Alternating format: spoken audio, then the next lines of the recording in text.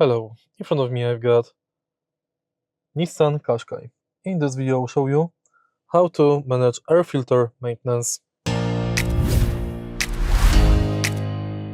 In the beginning, take a look at the instrument cluster and navigate through it via this panel.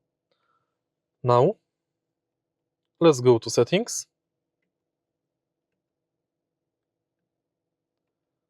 and Maintenance, Air Filter, and adjust it between 500 and up to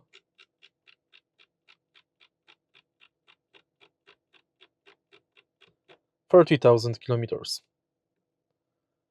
You can also reset it. If you found this video helpful, please leave a like, comment, and subscribe.